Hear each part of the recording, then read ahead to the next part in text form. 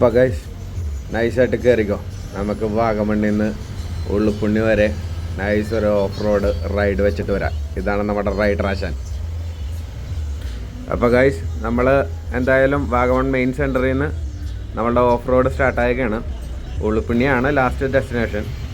ഏകദേശം ഒരു 18 കിലോമീറ്റർ ഉണ്ടെന്നാണ് തോന്നുന്നത്. അതിൻ്റെ ഇടയിൽ ഒരു 3-4 വ്യൂ പോയിൻ്റ് കൂടി ഉണ്ട്.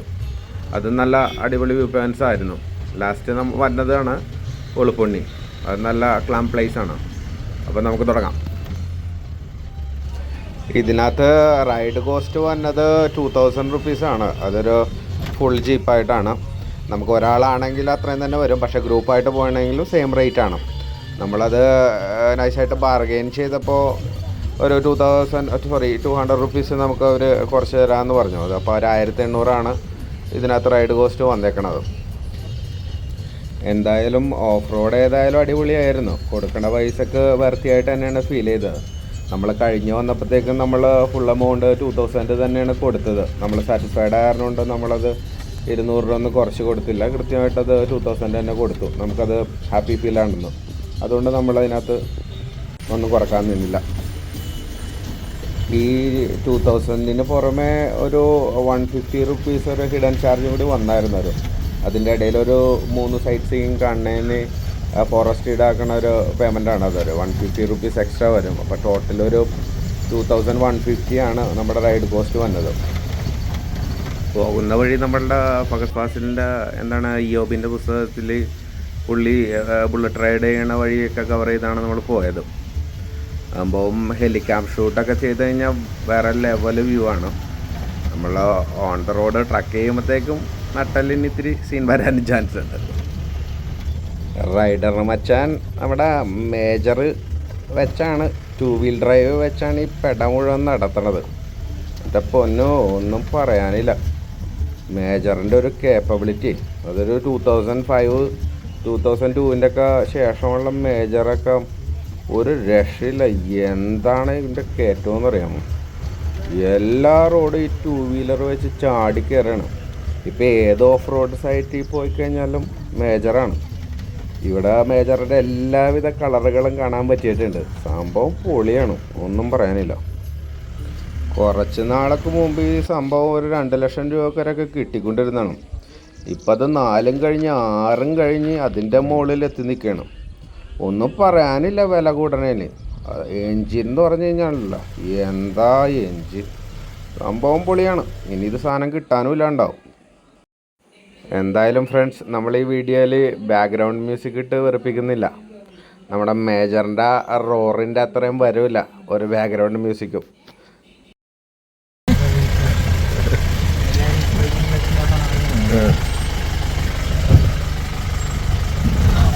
ഇങ്ങനെ ആയി വന്നത് അങ്ങനെ ആക്കിയതാണ്. പുതിയ സംശയമാണ്. ഇതിങ്ങനെ ആയി വന്നതാണോ അത് നിങ്ങളൊക്കെ കൂടി ആക്കിയതാണോ ഓഫ് റോഡ് ആക്കാൻ വേണ്ടി? ഓടി ഓടി ഓടി എന്നാലും ഓഫ് റോഡ് ആവുള്ളൂ.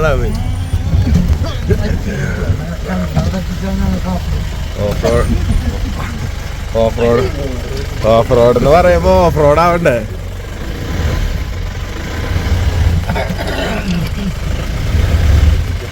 സാന്ന് ഇറങ്ങേണ്ടി വരുമോ?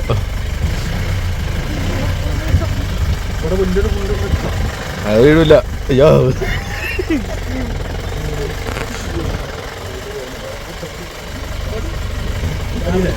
ചാടിക്കാതിരിക്കാൻ വേണ്ടിയാണ് പുള്ളി കഷ്ടപ്പെടുന്നത്.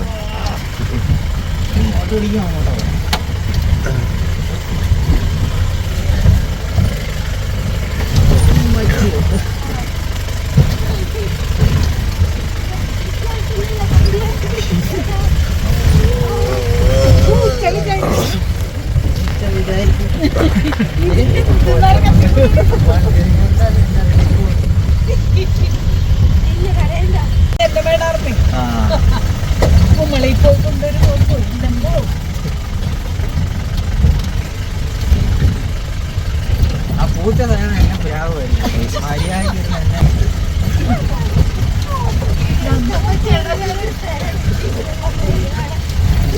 മനസ്സിലാവുന്നില്ല. കുറെ നേരമായി ആട്ടം തുടങ്ങി.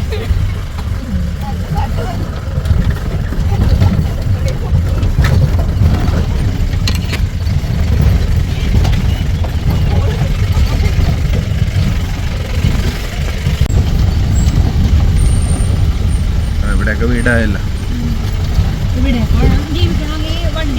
അല്ല ഇതിനകത്ത് വേറെ നോർമൽ വഴിയുണ്ടോ?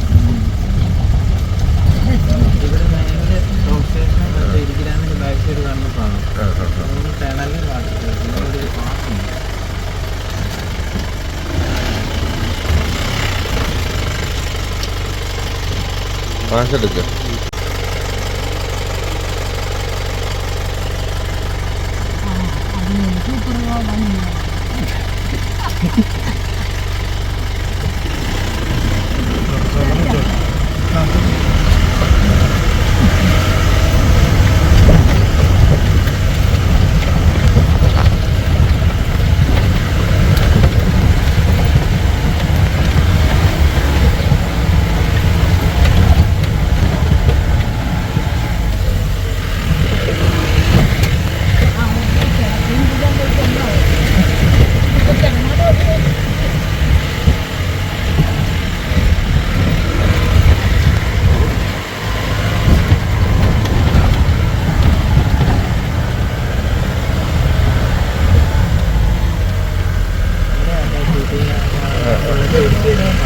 ഏത്?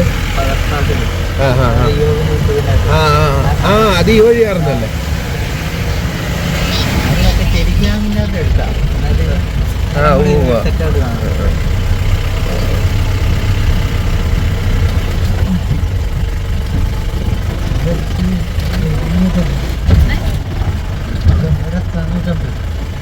ഇല്ല, ഇത് ഇങ്ങോട്ട് പോകണ്ടേ? അല്ല, ഇങ്ങോട്ടത്തേക്കാണ് ഊരുമ്പോൾ. ഇവിടെയും വെള്ളച്ചാട്ടം ഇല്ലേ? വെള്ളച്ചാട്ടം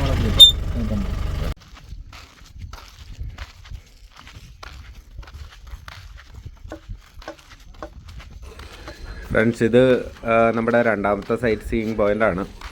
ഇത് നമ്മുടെ ഡാമിൻ്റെ ഭാഗമാണ്, ഇടുക്കി ഡാമിൻ്റെ ബാക്ക് സൈഡായിട്ട് വരുമെന്നാണ് പറയണത്. നല്ല ഹൈ വ്യൂ ആണ്.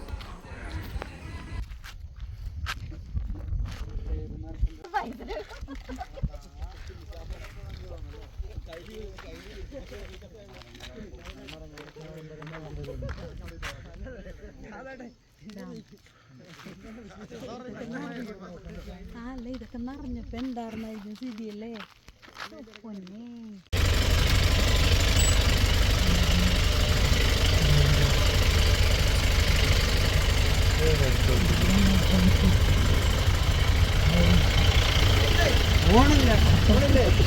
എല്ലാ കളറും ഉണ്ട്. ചുവപ്പ, നീല.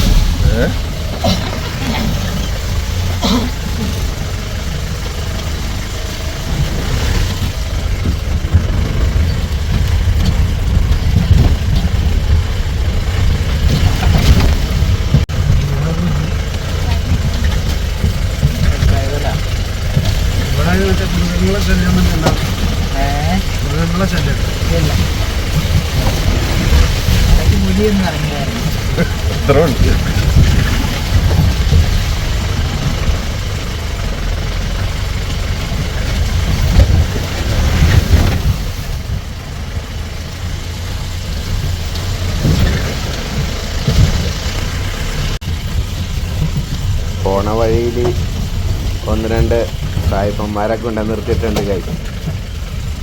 നേരെ താഴോട്ട് ഇറക്കുമ്പോൾ കുറച്ചും കൂടി കഴിയുമ്പോൾ ഒന്ന് രണ്ട് റിസോർട്ടുകളൊക്കെ ഉണ്ട്. അപ്പോൾ അവിടെ നിന്ന് വന്നതാണെന്നാണ് തോന്നുന്നത്. പക്ഷെ വന്ന വണ്ടി ഈ പരിപാടിക്ക് പറ്റിയതല്ല. അതുകൊണ്ട് ബാക്കി നടന്ന് കയറേണ്ടി തന്നെ വരും.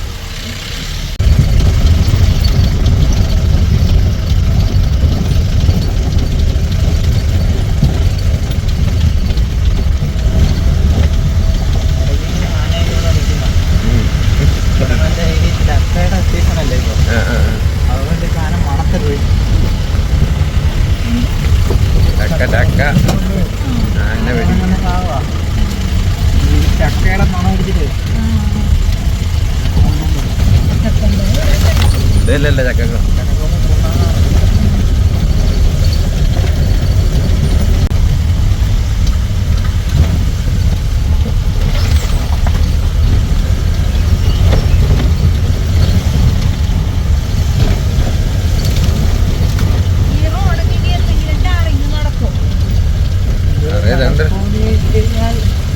പഞ്ചായത്ത്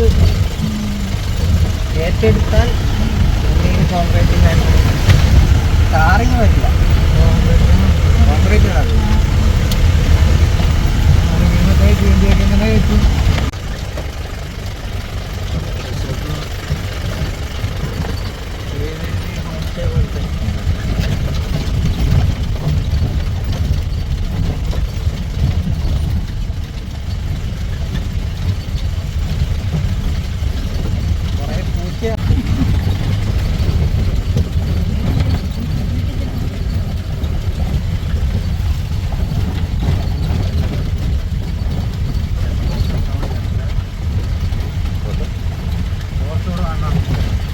എന്ത് കുളിക്കാനാണ്? ആ പറഞ്ഞോണം, നല്ലതായിരുന്നു കേട്ടോ. ആട്ടുവെള്ളമല്ലേ.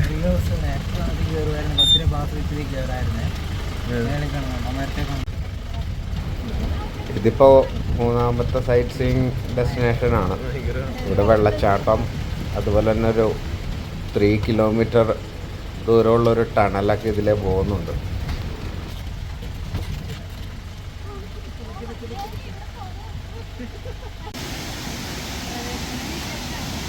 അതങ്ങോട്ടാണ്.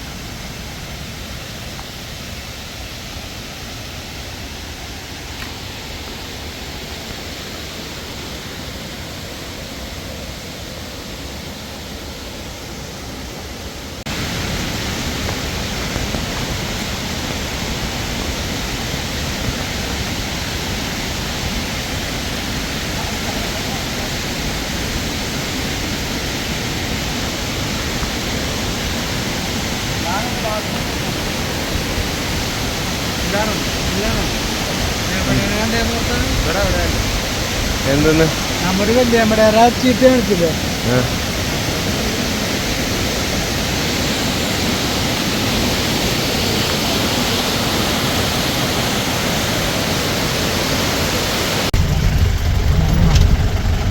പോകാനോ?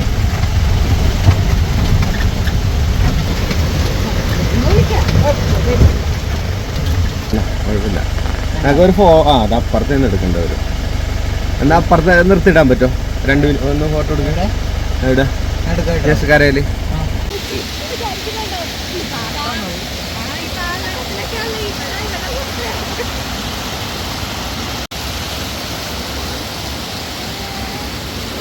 ഇങ്ങോട്ട് നോക്ക്.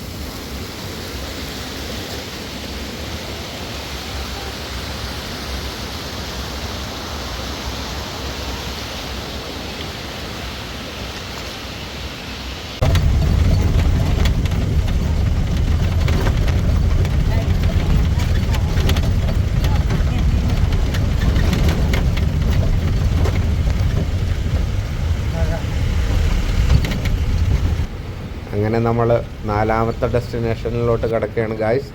ഇത് നമ്മുടെ ലാസ്റ്റ് ഡെസ്റ്റിനേഷനാണ്. നല്ല വ്യൂ പോയിൻ്റാണ്, നല്ല ഹൈറ്റ്സ് ആണ്.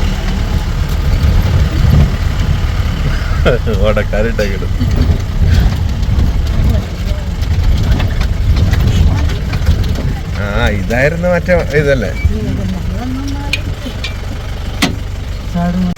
നൈജേ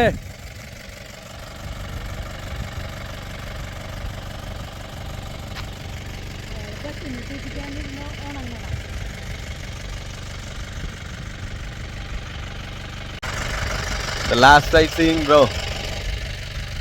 ഇടിവെട്ട സ്ഥലത്തെ കൂടെ വന്ന ആൾക്കാരുടെയൊക്കെ പവർ കണ്ട. ചിന്നമ്മ 58, ഷൈജ് 23. ഷൈജിയുടെ കത്തിക്കൽ തീർന്നു. പക്ഷെ ചിന്നമ്മ ഫുൾ പവർ. നോക്കുക, ചിന്നമ്മക്ക് ഒരു കുഴപ്പമില്ല. ഷൈജി ഇപ്പൊ ഉണ്ടായ ഷൈജിയുടെ നട്ടല് പോയി ഷൈജിക്ക് ശ്വാസം മുട്ടിച്ചാവാറായി.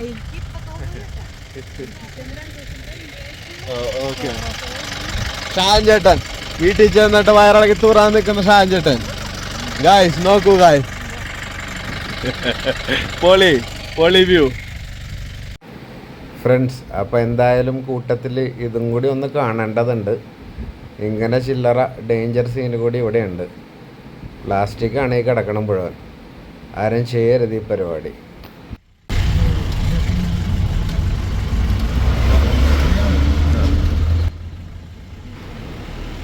അപ്പം നമ്മളുടെ ട്രിപ്പ് ഏകദേശം അവസാനിച്ചു. നമ്മളിപ്പം നമ്മുടെ വണ്ടിയുടെ അടുത്ത് എത്തിയിട്ടുണ്ട്. കൂട്ടത്തിൽ മാമന്മാരുടെ വണ്ടിയും കൂടി കിടപ്പുണ്ട്. സീനൊന്നുമില്ല, അത് റൊട്ടീൻ ചെക്കപ്പിനായിട്ട് വന്നതാണെന്നാണ് പറഞ്ഞത്.